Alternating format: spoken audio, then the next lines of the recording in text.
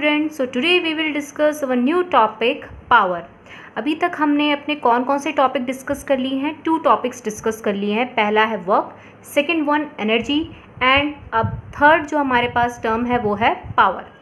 Power के बारे में आपने पढ़ा होगा रेट ऑफ डूइंग वर्क.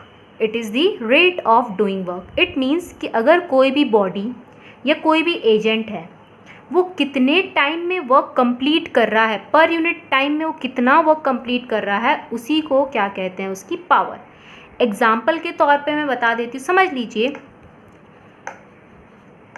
2 यहाँ पे स्टूडेंट्स हैं, एक का नाम है ए, दूसरे का नाम है बी. 2 स्टूडेंट कौन कौन से, ए एंड बी. मैंने इन दोनों स्टूडेंट्स को सेम वर्क दिया है. सेम वर्क क्या दिया है कि एक स्टूडेंट को एक क्लास से 12 सीट्स, दोनों स्टूडेंट को 12 सीट्स क्या करनी है, इस क्लास में अरेंज करनी है. ओके, इस क्लास में 12 सीट्स अरेंज करनी है. कहाँ से, बाहर से अंदर लाके यहाँ पे रखनी है. अब देखिए क्या हुआ, जो ए है, अब ये दोनों के दोनों काम पे लग गए, वर्क करने लग गए. अब क्या है कि ए जो है, ए कितने बाद आया यहाँ पे, 5 मिनट्स बाद ए आता है मेरे पास, बोलता है कि मैम मेरा काम कंप्लीट हो गया है, मैंने सारी की सारी सीट्स कहाँ लगा दी हैं, क्लास में लगा दी है. उसके बाद 10 मिनट्स बाद बी आता है. 10 मिनट्स में बी बोलता है कि मैम मेरा भी वर्क कंप्लीट हो गया. अब देखिए वर्क दोनों के पास क्या था, सेम था. क्या करना था, 12 सीट्स अंदर लगानी थी क्लासरूम में. वर्क दोनों के पास क्या था, सेम था, बट दोनों ने टाइम क्या स्पेंड किया, डिफरेंट किया टाइम स्पेंड. दोनों के टाइम इंटरवल में डिफरेंस है. एक ने जल्दी कर दिया 5 मिनट में, एक ने थोड़ा सा लेट में किया 10 मिनट्स में. तो इट मीन्स कि दोनों में से सबसे ज़्यादा पावर किसकी होगी, एवरेज पावर किसकी होगी. एवरेज पावर किसकी होगी, जिसने वो काम कम टाइम में करा हो. तो आपको पता है जो जल्दी से काम कर देता है तो वहाँ पे उस केस को हम क्या कहते हैं, उसकी पावर क्या है, ज़्यादा. तो इट मीन्स इस केस में average power of A is greater than the average power of B, क्योंकि आपको पता है डिनोमिनेटर जिसका जितना कम होगा उसकी पावर उतनी ज़्यादा. तो पावर ये चीज़ होती है कि कोई बॉडी या कोई एजेंट पर सेकंड के हिसाब से वो वर्क जो कर रहा है उसको कहते हैं उसकी पावर. ओके, टाइम के हिसाब से वो कितना वर्क कर रहा है. नेक्स्ट है, इसमें मैंने एवरेज क्यों लिखा है. एवरेज इसलिए लिखा है, अब देखिए ये जो ए था, ये पर्सन जो ए था जिसने यहाँ पे क्या किया, वर्क किया, तो वर्क करते टाइम इसने एक साथ 12 सीट थोड़ा ना रख दी होंगी. यहाँ पे इसके पास 12 हाथ तो रहे होंगे नहीं कि जो जिसने एक एक सीट उठा के यहाँ पे क्लास के अंदर रख दी होगी. उसने क्या करा होगा, पहले एक सीट उठाई होगी, ठीक है. उसके लिए उसको कितना टाइम लगा होगा, समझ लीजिए उसको उसमें रखने के लिए उसे 20 सेकंड लगे. दूसरी सीट को उठाने में उसको थोड़ी भारी थी तो 40 सेकंड लगे. ऐसी थर्ड सीट उठाने में उसको अलग से सेकंड्स लगे. मतलब हर एक सीट को उठाने में उसे अलग अलग टाइम लग रहा है. तो इट मीन्स अगर मैं इंडिविजुअल सीट के हिसाब से देखूँ तो उसमें अगर मैं पावर कैलकुलेट करूँ तो पावर सब में डिफरेंट आएगी. एक में P1 आएगी, एक में P2 आएगी, P3 आएगी, P4, क्योंकि टाइमिंग उन्होंने अलग अलग ली है. तो इट मीन्स कि अगर मैं टोटल 12 सीट की बात करूँ अलग अलग करके, तो उन हर एक सीट को उठाने के लिए उसने अलग अलग पावर वहाँ पे खर्च करी है, उसमें अलग अलग पावर वहाँ पे जनरेट हुई है. तो इसका मतलब ये है कि वहाँ पूरा काम को करने के लिए हम वहाँ पे क्या करेंगे, इनमें से कोई एक पावर तो ले नहीं सकते क्योंकि हर एक पावर क्या अलग अलग है. तो ऐसे केस में जब कोई वर्क हो रहा हो इंडिविजुअल, अगर हम बात करें ना इंडिविजुअल वर्क की, तो अगर हम इंडिविजुअल वर्क की बात करें, अगर उसमें पावर डिफरेंट आ रही है तो एक पावर को लेना वहाँ पे क्या होगा, सही नहीं होगा. तो उसके लिए हम वहाँ पे क्या करते हैं, एवरेज पावर लेते हैं.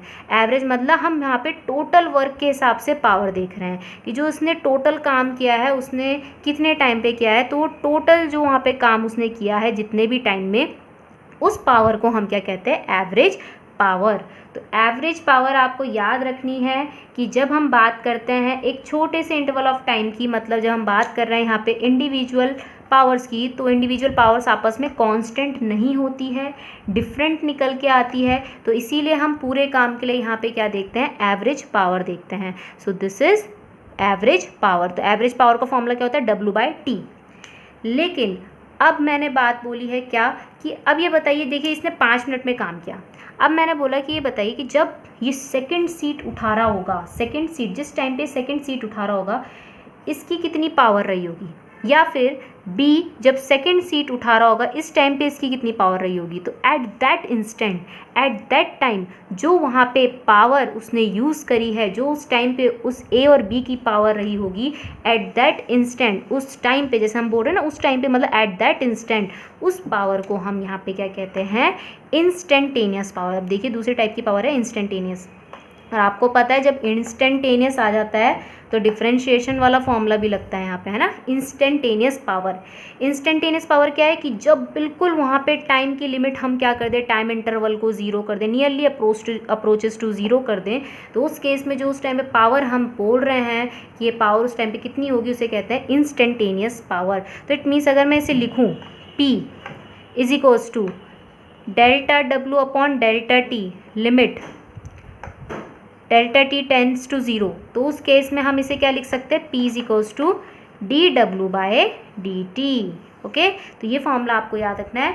Power is equals to differentiation with respect to time of what, work done, dW by dt। ठीक है, अब इसको और अच्छे से लिखते हैं। आपने पढ़ रखा है वर्क डन का फॉर्मूला क्या होता है, W is equals to F into what, ds, dw का formula, sorry small work done का फॉर्मूला आपने पढ़ रखा है, dw is equals to f dot ds, दोनों के ऊपर वेक्टर साइन आएगा क्योंकि यहाँ पे मैंने डॉट प्रोडक्ट लिखा है इसका। ठीक है, तो उस केस में अगर मैं यहाँ पे वैल्यू रख दूँ इसकी, तो p इज इक्वल्स टू क्या हो जाएगा, f अगर यहाँ पे कांस्टेंट है, d by D t as it is क्या होगा यहाँ पे, d by D t as it is, और dw के बदले कितना आ जाएगा यहाँ पे, f ds हो जाएगा। ओके, f ds हो जाएगा।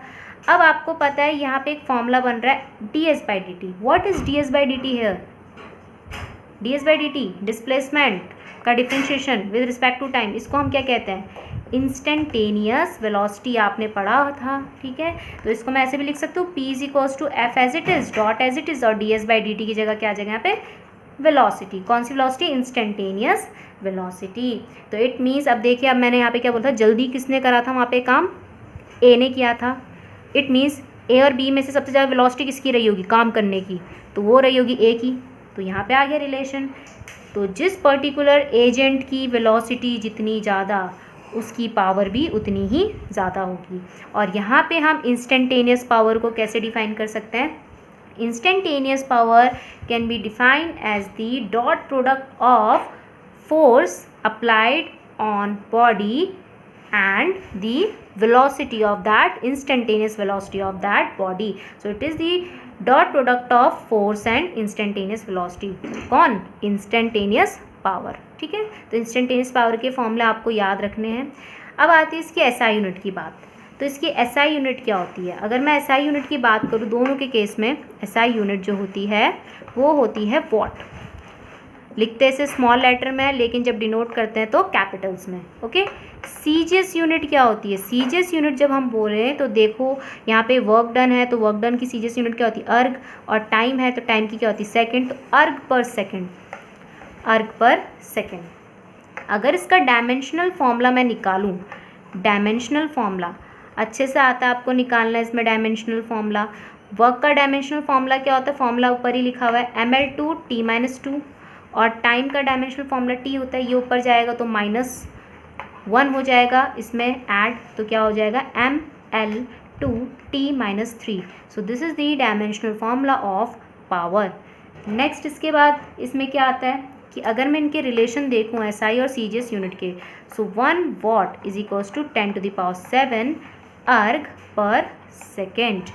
एक और यहाँ पे देखिए प्रैक्टिकल यूनिट होती है पावर की इन इंजीनियरिंग। जब हम इंजीनियरिंग की बात करते हैं तो उसमें पावर की एक प्रैक्टिकल यूनिट होती है, जो कि आपने सुन भी रखी होगी। बैटरी जो कार्स में यूज़ होती है उसकी पावर किस में नापते हैं, तो आपने पढ़ा होगा हॉर्स पावर। ठीक है, सो ये प्रैक्टिकल यूनिट है इंजीनियरिंग में पावर की, जो कि होती है horse power. And 1 horse power HP is equals to कितना होता है, 746 वॉट। आपने सुना होगा कि कार की बैटरी इतने हॉर्स पावर की है, या जो भी न्यूमेरिकल वैल्यूज़ की दी रहती है, तो हॉर्स पावर क्या है एक्चुअली वहाँ पे उसकी पावर बताई जाती है। एंड 1 हॉर्स पावर किसके इक्वल होती है, 746 वॉट। तो कभी क्वेश्चन भी आ सकता है हॉर्स पावर किसकी यूनिट है, सो वो किसकी यूनिट है, पावर की यूनिट है।